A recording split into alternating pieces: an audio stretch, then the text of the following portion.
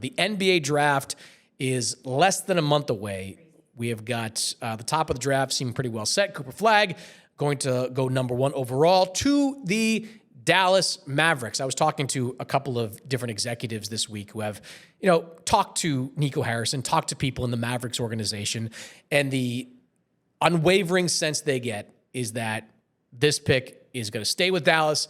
Dallas is going to draft Cooper Flagg, and that's what they're going to do. Let me ask you this, just to play, again, devil's advocate here. Should this pick be untradeable by the Dallas Mavericks? Yes, by this Dallas Mavericks team with this Dallas Mavericks front office, given everything that has happened this year. Yes, yes, also yes, and yes. The franchise cannot survive trading away Cooper Flagg. They got handed the biggest do-over gimme with the fan base of all time. And I don't know what kind of player Cooper is going to turn into, but in terms of giving your fans something to, forget being excited about, not hate the franchise over actively with like a bile and seething that is unknown heretofore to man. Like, if they traded Cooper Flagg after all of this, I just don't think it's survivable. What if they could get Giannis for Cooper Flagg? I don't think that even makes sense for them with everything else they've got going on there. And I don't think they could get Giannis for Cooper Flagg. So do you? Well, could they get Giannis for Cooper Flagg? Yeah, I don't have the math in front of me, how to make all that money work. Giannis is a max level player. But if you could make it work with Cooper Flagg being the centerpiece of a deal, I think they could.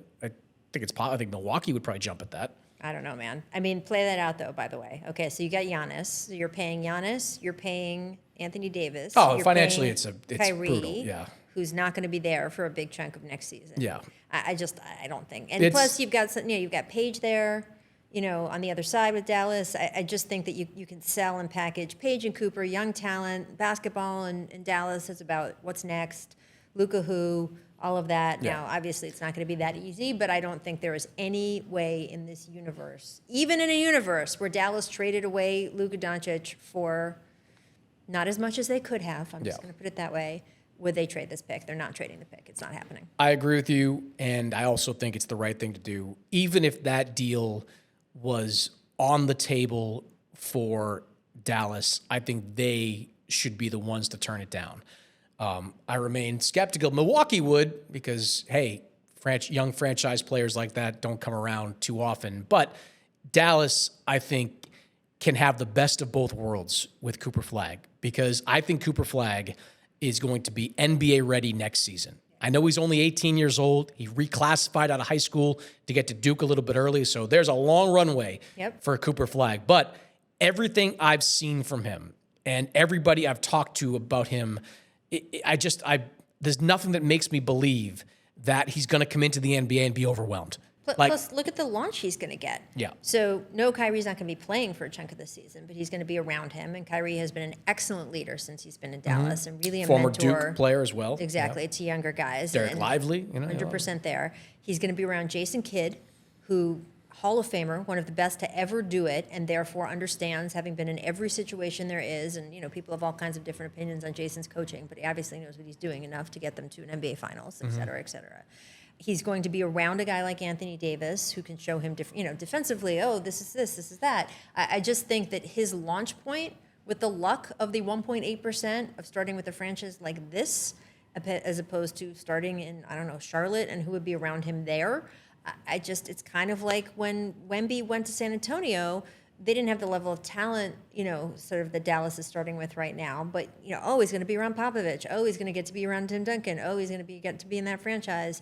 I think that Cooper Flagg being in the Dallas franchise with the people around him currently will accelerate him even more than the natural talent someone like you, who's been around him a decent amount, can tell us is going to be able to, on his own, not look like an 18-year-old. I think going to a team that's built to win is going to help Cooper significantly, because this is a kid that has, on any level, never really experienced losing.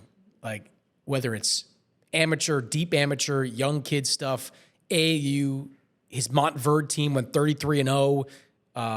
Duke, despite the fact they lost the last game of the season, he had 27 points in that game, and it came down to one shot.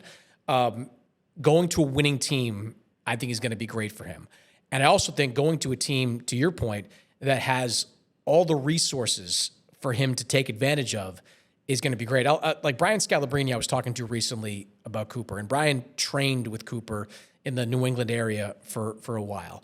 And the word he used to describe Cooper Flagg was supercomputer. He said his mind works that like only a few NBA players he's ever been around works. And Brian's been around Jason Kidd. He's been around LeBron a little bit, Kevin Garnett, like all the Celtics guys. He's like, his mind is his greatest strength. And when you show him something, he learns it right away. He's got it. So when Jason Kidd and his staff show him something, he's going to pick it up really quickly. When Anthony Davis shows him something, he'll picks up very quickly. Look, Kyrie, one thing Scal was telling me is that he showed Cooper a drill that was basically called the Kyrie Irving drill. It was a layup drill, like 128 different layups.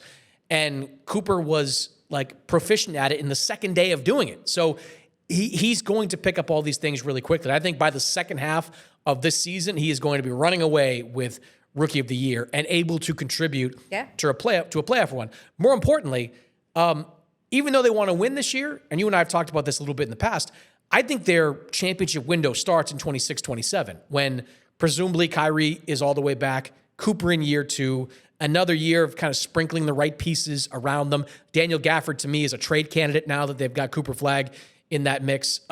Like their run really starts, their 2 to maybe 3 year window really kind of opens to me in that second year of Cooper Flagg. Yeah, no, I mean, I wouldn't trade the pick. You know, I don't think they're going to trade the pick. I think their future got a lot brighter in a way that, you know, nobody around the league can still quite process, right? I still am having conversations with people just the same way after the Luka trade. We still had conversations a month later with someone in front office saying to you, man, I can't believe, you know, there's still people I've talked to in the last week at playoff games being like, wow, wait, what? They got what?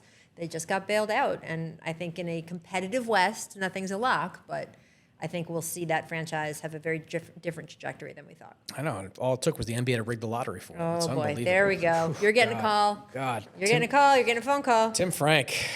I tried to have this conversation with you the other day in Indiana. He just, Wow. blew me off. I mean, it's Wow. tough.